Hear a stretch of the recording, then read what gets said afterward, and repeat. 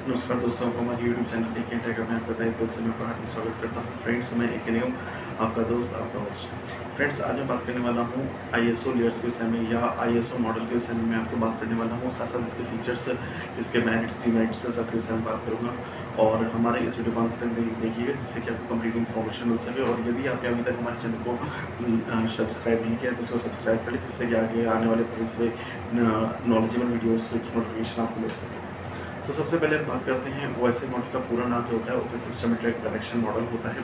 OSI model एक reference model होता है जिसका उपयोग वास्तविक जीवन में नहीं होता है। इसका उपयोग केवल रेफरेंस मॉडल के रूप में किया जाता है। ओएसआई मॉडल को इंटरनेशनल ऑर्गेनाइजेशन फॉर स्टैंडर्डाइजेशन के रूप में किया जाता है। ओएसआई मॉडल को इंटरनेशनल ऑर्गेनाइजेशन ऑफ स्टैंडर्डाइजेशन में 1984 में विकसित किया था। वैसे मॉडल नेटवर्क में डाटा या जानकारी कैसे सेंड और रिसीव होगी इसके बारे में ये बताता है। वैसा ही मॉडल किसी नेटवर्क में दो उपयोगकर्ताओं के बीच कम्युनिकेशन के लिए क्या होता है, कम्युनिकेशन के लिए रेफरेंस मॉडल है।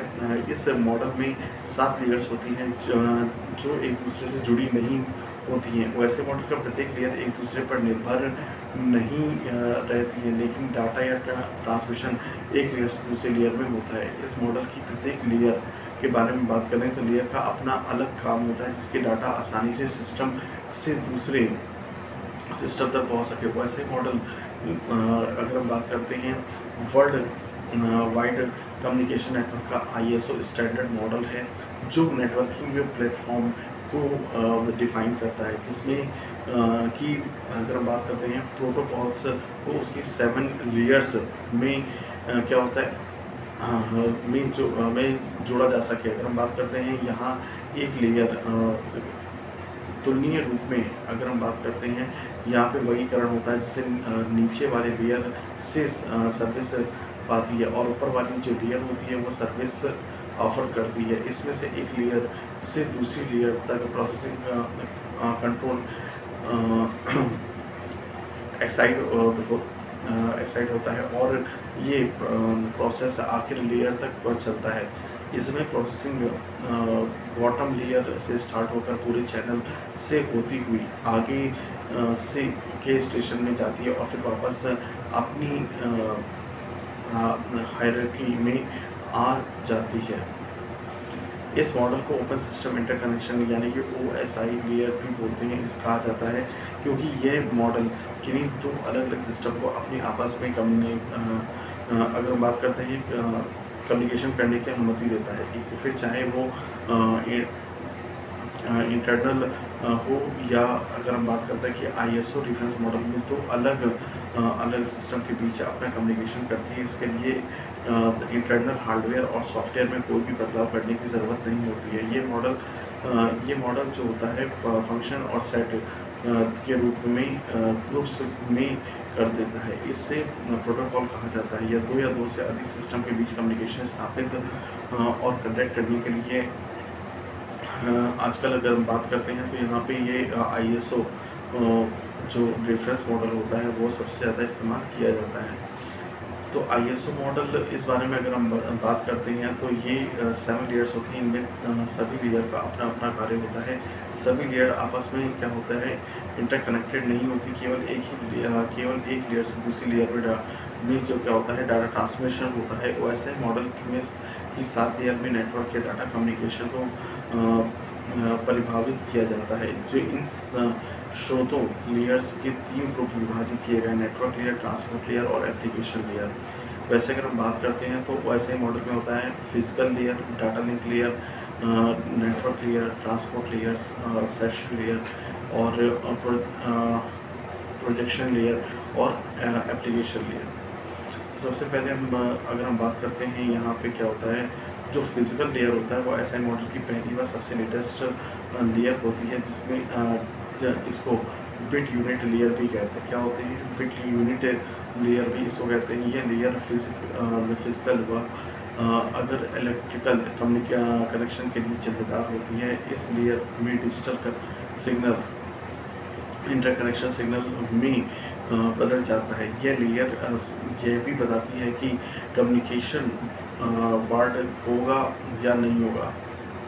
अगर कम्युनिकेशन वायर्ड होता है तो ये फिजिकल कनेक्शन को इस्टेब्लिश करती है और मेंटेन भी करती है और इसको इंटरेक्टिव भी करती है। फिजिकल लेयर की अगर हम बात करें कार्य के बारे में बात करें, तो ये दो या दो से अधिक डिवाइसेस को फिजिकली साथ कैसे जोड़ सकते हैं उसके तरीकों को प्रकाशित करती है।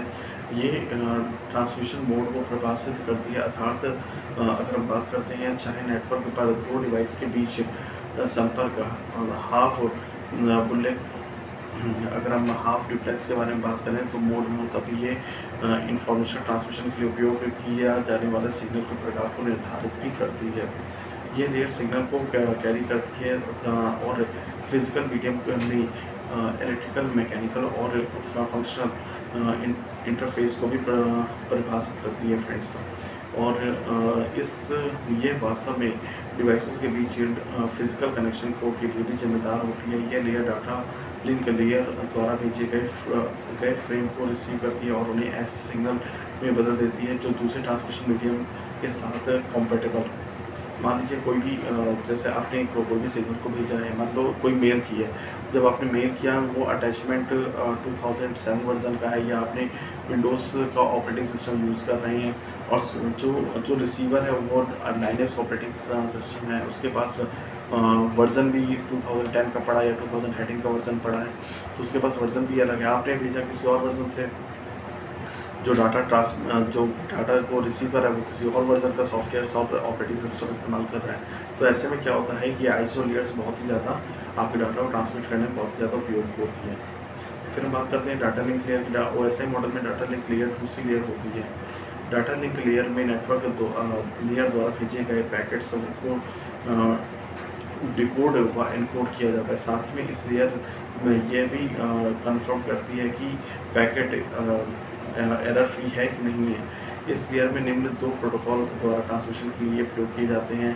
एक होता है high level data link control, जिसे SDLC के नाम से जाना जाता है, और दूसरा होता है PPP यानी कि पॉइंट टू पॉइंट प्रोटोकॉल। ये मुख्य रूप से डिवाइस की यूनिक आइडेंटिफिकेशन के लिए जिम्मेदार होती है। इस लेयर की दो सब लेयर भी होती है। फिर जिसने बोलते हैं लिंकेज। अच्छा, फिर हम बात करते हैं डाटा लिंक लेयर जो होती है। डाटा लिंक लेयर के बारे में बात किया, तो इसके बारे में आपको बात करते हैं नेटवर्क लेयर। नेटवर्क लेयर क्या होता है? ये OSI मॉडल की दूसरी लेयर होती है। इस लेयर को पैकेट यूनिट भी कहा जाता है। क्या कहा जाता है? Packet unit. ये लेयर में स्विचिंग और राउटिंग तकनीक का उपयोग किया जाता है। इस लेयर का कार्य IP एड्रेस प्रदान करना होता है। नेटवर्क लेयर में जो डाटा होता है वह पैकेट डाटा के ग्रुप के रूप में होता है, और इन पैकेट्स को अगर हम बात करते हैं पहुंचाने का काम नेटवर्क लेयर करता है। ये अलग अलग डिवाइसेस में क्या होता है, कनेक्शन उपलब्ध कराती है। इस लेयर का कार्य जो होता है वो राउटिंग का भी होता है। डाटा ट्रांसमिशन के लिए ये सबसे अच्छे रूट को बताती है। नेटवर्क लेयर के मुख्य काम अगर हम बात करते हैं पैकेट जो होता है उसको ट्रांसमिशन करने के लिए जो है इस्तेमाल किया जाता है, और कनेक्शन के कंट्रोल को भी करने के लिए इस्तेमाल किया जाता है। नेटवर्क लेयर के 3 सब लेयर भी होती हैं, जिसे कहते हैं सब नेटवर्क एक्सेस और सब नेटवर्क डुप्लीकेट और सब नेटवर्क इंडिपेंडेंट। तो फिर हम बात करते हैं नेटवर्क लेयर के बाद आता है हमारा ट्रांसपोर्ट लेयर। ये OSI मॉडल की चौथी लेयर होती है। इसे कहते हैं, इसे कहते हैं सेगमेंट यूनिट भी कहा जाता है। ट्रांसपोर्ट लेयर का मुख्य कार्य डाटा को एक कंप्यूटर से दूसरे कंप्यूटर तक बिना एरर और क्रम में क्या होता है ट्रांसमिट करना होता है। इस लेयर का जो कार्य होता है वो कंप्यूटर के माध्यम कनेक्शन को उपलब्ध कराना भी होता है। ट्रांसपोर्ट लेयर दो तरह से कम्युनिकेट करती हैं, कनेक्शन लेस और कनेक्शन ओरिएंटेड। इस लेयर को एंड टू एंड लेयर के रूप में भी जाना जाता है, क्योंकि ये डाटा डिलीवरी के लिए सोर्स व के बीच में क्या होता है कि कनेक्शन प्रोवाइड करती हैं। इस लेयर के मुख्य दो प्रोटोकॉल होते हैं। पहला होता है TCP, जिसे ट्रांसमिशन कंट्रोल प्रोटोकॉल कहते हैं। दूसरा होता है UDP यानी कि यूज़र डाटा ट्रांसफर प्रोटोकॉल। तो ट्रांसपोर्ट लेयर के बारे में मैंने आपको बताया। अब इसके बाद आता है सेशन लेयर। ये OSI मॉडल की बात लेयर होती है। इसके कार्य ये देखना होता है कि कनेक्शन को किसी भी तरह से स्थापित करना या मेंटेन करना या ट्रांसमिशन करना होता है। अर्थात सेशन लेयर दो डिवाइसेस के बीच कम्युनिकेशन के लिए सेशन उपलब्ध कराती है। अगर हम बात करते हैं फिर सेशन लेयर के बारे में, तो क्या होता है सेशन लेयर डाउनलोडिंग, जब व्यक्ति जो डाउनलोड कर रहा होता है, या अगर हम बात करते हैं सेशन लेयर डायलॉग कंट्रोलर की तरह भी काम करती है, जो हाफ डुप्लेक्स या फुल डुप्लेक्स हो सकता है। यह दो प्रोसेस के बीच में डायलॉग को क्या करता है, कॉन्फ्लिक्ट करता है, और ये डिवाइसेस के बीच क्रम संचार प्रदान करता है, जिसके लिए डाटा के फ्लो को रेगुलेट करना होता है। डाटा का कंफर्ट जिसमें कनेक्शन में सेंड किया जाना है उसे सेशन डिफाइन कराता है। फिर हम बात करते हैं हमारी सिक्स्थ लेयर होती है, वो होती है प्रोजेक्शन लेयर। ये OSI मॉडल की छठी लेयर होती है। इसे ट्रांसमिशन लेयर भी कहा जाता है, और इसे प्रोजेक्शन लेयर दो अलग अलग प्रकार के सिस्टम के बीच डाटा के विभिन्न फॉर्मेट को एक यूनिफॉर्म फॉर्मेट में प्रोजेक्ट करता है। ये लेयर ऑपरेटिंग सिस्टम से संबंधित है। इसका उपयोग डाटा को क्या करना होता है, डिस्क्रीट करने में किया जाता है। इससे डाटा का कॉर्पोरेशन के लिए भी प्रयोग किया जाता है। प्रोजेक्शन लेयर मुख्य रूप से सिस्टम के बीच से ट्रांसफर की गई जानकारी के सेंटेक्स और से संबंधित है। इस लेयर का कार्य क्या होता है, इस लेयर का जो कार्य होता है डाटा की प्राइवेसी के लिए उपयोग किया जाता है। इसके लिए मुख्य कार्य कंप्रेशन के लिए भी इस्तेमाल किया जाता है। अगर हम बात करते हैं कंप्रेशन करना हो तो प्रोजेक्शन लेयर का इस्तेमाल किया जाता है। कंप्रेशन बहुत ज़रूरी होता है, क्योंकि हम कंप्रेशन द्वारा डाटा के को कंप्रेस करके उसके साइज को कम कर सकते हैं। यह लेयर कंप्रेशन लेयर के में प्रोजेक्ट किए जाने वाले डाटा को फॉर्मेट करता है, और आप इस नेटवर्क का ट्रांसलेटर भी समझ सकते हैं। क्या होता है कि ट्रांसलेटर का उपयोग करता है। फिर हम बात करते हैं हमारी जो लास्ट लेयर होती है एप्लीकेशन लेयर। एप्लीकेशन लेयर वो OSI मॉडल की सातवीं और सबसे उच्चतम लेयर माना जाता है। एप्लीकेशन लेयर का मुख्य काम हमारी वास्तविक यानी कि रियल एप्लीकेशन तथा अन्य लेयर्स के बीच में इंटरफेस प्रोवाइड कराना है। एप्लीकेशन लेयर एंड यूज़र में सबसे नज़दीक होती है। यह इस लेयर के अंतर्गत HTTP, FTP, SFTP और तथा NFS आदि प्रोटोकॉल आते हैं। यह लेयर किसी भी कम्युनिकेशन किस प्रकार नेटवर्क के एक्सेस कराती है, और ये कंट्रोल करती है। एप्लीकेशन लेयर के बारे में बात करते हैं तो एप्लीकेशन लेयर एक यूज़र को रिमोट कंप्यूटर पर फाइल अपलोड करने, रिट्राइव करने और एक्सेस करने की अनुमति देता है। एप्लीकेशन लेयर ईमेल फॉरवर्डिंग व स्टोरेज के लिए फैसिलिटी उपलब्ध कराती है। यह डायरेक्टरी सर्विस प्रोवाइड कराती है। इसका उपयोग डाटा की ग्लोबल इंफॉर्मेशन का प्रदान करने किया जाता है। OSI मॉडल के अगर हमारे फीचर्स के बारे में बात करें तो अभी तक मैंने आपको बताया कि यह मॉडल दो लेयर्स में विभाजित होता है, एक अपर लेयर में और दूसरा लोअर लेयर में। इसके अपर लेयर मुख्यतः एप्लीकेशन से संबंधित हैंडल करते हैं और केवल सॉफ्टवेयर पर लागू होता है।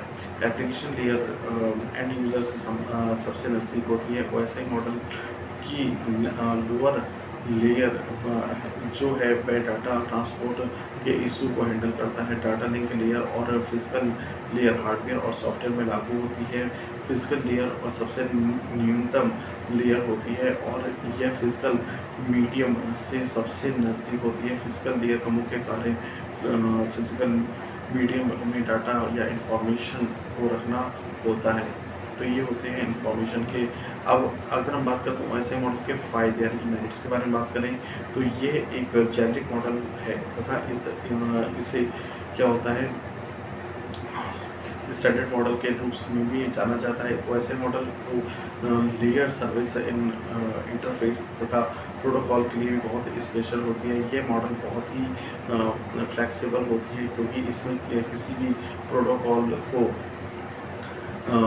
हाँ, अगर हम बात करते हैं कोई भी जो प्रोटोकॉल होता है वो यहाँ पे इस्तेमाल होता है ज़रूरतमंद के अनुसार ओएसआई मॉडल कनेक्शन ओरिएंटेड तथा ये सभी प्रकार की जो है सर्विसेज को जो है सर्विसेज को प्रोवाइड करता है, जहाँ पे डाटा को ट्रांसमिट किया जाता है और यहाँ पे एक्सपोर्ट भी करता है।